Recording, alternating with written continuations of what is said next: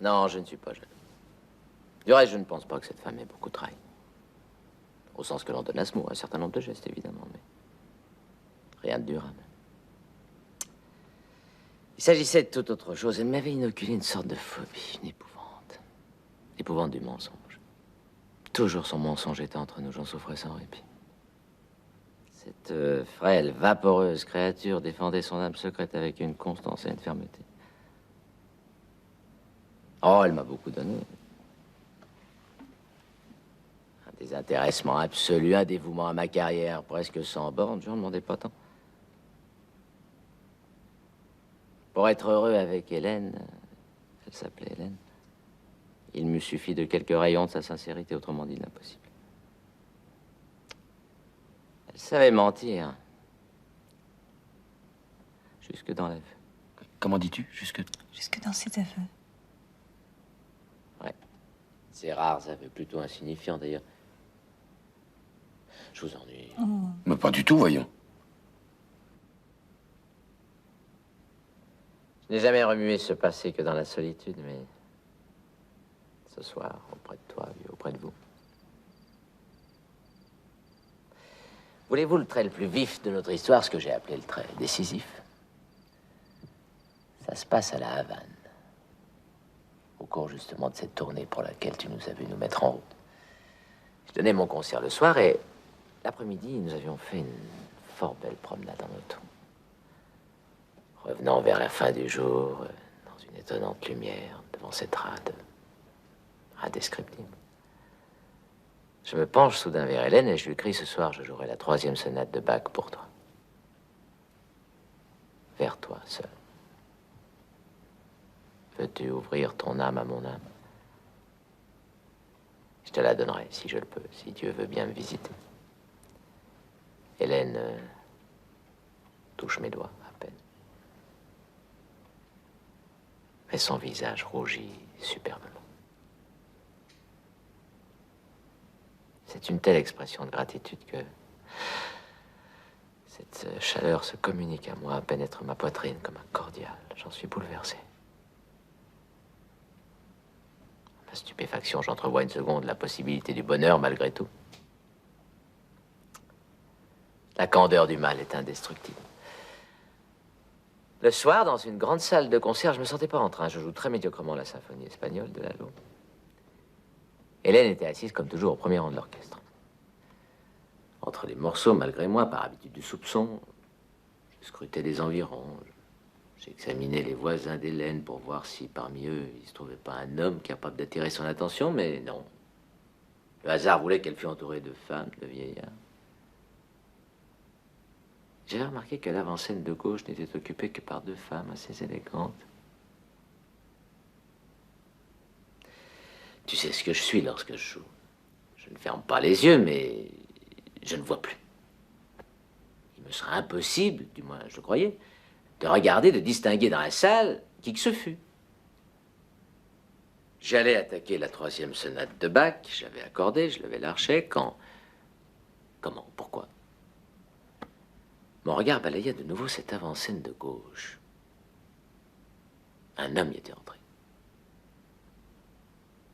Je le vis petit, brun, assez beau. Il était accoudé, il avait une expression tendue, sensuelle. Son regard se fixait sur un point de la salle qui ne pouvait être que la place d'Hélène ou une des places voisines. Mon cœur se comprima. Mais une force de dédoublement que je ne soupçonnais pas a fait que je commençai à jouer aussitôt et sans perdre conscience, oh mais non. Par une manœuvre imperceptible, je suis immédiatement replacé Hélène dans mon champ visuel. Oh, quel drôle d'instant. Enfin, je la tenais. J'étais sur cette scène, seul, avec mon violon, qui était partout un public, et à 2 pas de cette femme, face à face avec elle, et je la tenais. 1000 fois mieux que du fond de la plus extraordinaire cachette.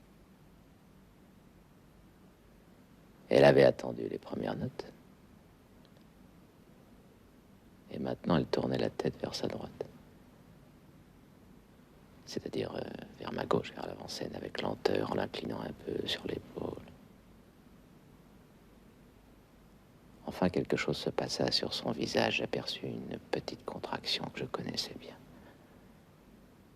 Certaines petites mots cyniques.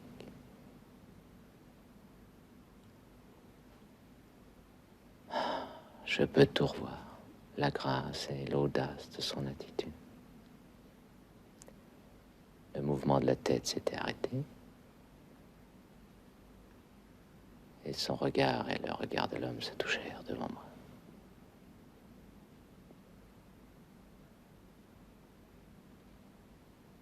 La troisième sonate de Bach exhalait tous ses soupirs et ma bien-aimée faisait l'amour avec un inconnu à travers la salle. Terrible. J'ai souffert, hein, plus que je ne voudrais le dire, mais pas de jalousie. Si Hélène avait été femme à me crier, eh bien oui. Cet homme a voulu mes yeux, je lui ai rendu son regard, son défi. Si je l'avais cru capable de cet élan de franchise, elle était pardonnée d'avance, malgré l'horreur de la chose. Ce qui me faisait ce mal. Ce mal. Ce mal, c'était la certitude fulgurante de ce qui allait m'être jeté à la figure, lâchement, doucement, le mensonge, comprenez-vous. J'avais peur de ce bol de vitriol. Pendant que je jouais mon morceau, que mes mains le jouaient, je voyais son visage mentir. Avec toute ma haine, je le voyais déjà. J'entendais sa voix chaude, profonde, j'écoutais les mots, les inéluctables mots qui formeraient le mensonge. Dans l'avant-scène, chérie, mais il n'y avait pas d'homme dans l'avant-scène.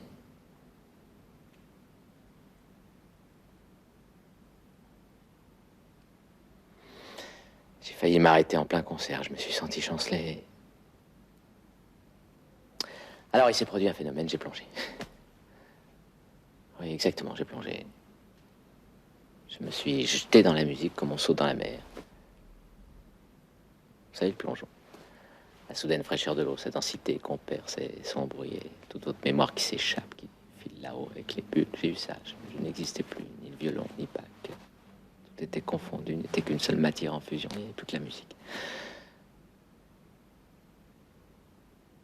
Il paraît que j'ai fort bien joué. Quand je suis remonté à la surface, clignotant, affreusement pâle, m'a-t-on raconté. Ils étaient tous debout, qui trépignaient, qui hurlaient. S'ils avaient su. Sans que je l'ai fait exprès, mon regard s'est abaissé vers Hélène. Elle tremblait comme une feuille. Elle avait même plus la force d'applaudir. Et des larmes coulaient l'une après l'autre sur ses joues si belles. Et moi, à la vue de cette femme émue, épuisée, qui me regardait avec adoration, j'ai frémi d'effroi. Mais tu l'as interrogé? Oui. Eh bien, qu'est-ce qu'elle t'a dit? Voyons, Pierre. Enfin, tout de même. Mais elle a prononcé exactement la phrase que j'attendais. Sinon, que vaudrait ma petite anecdote?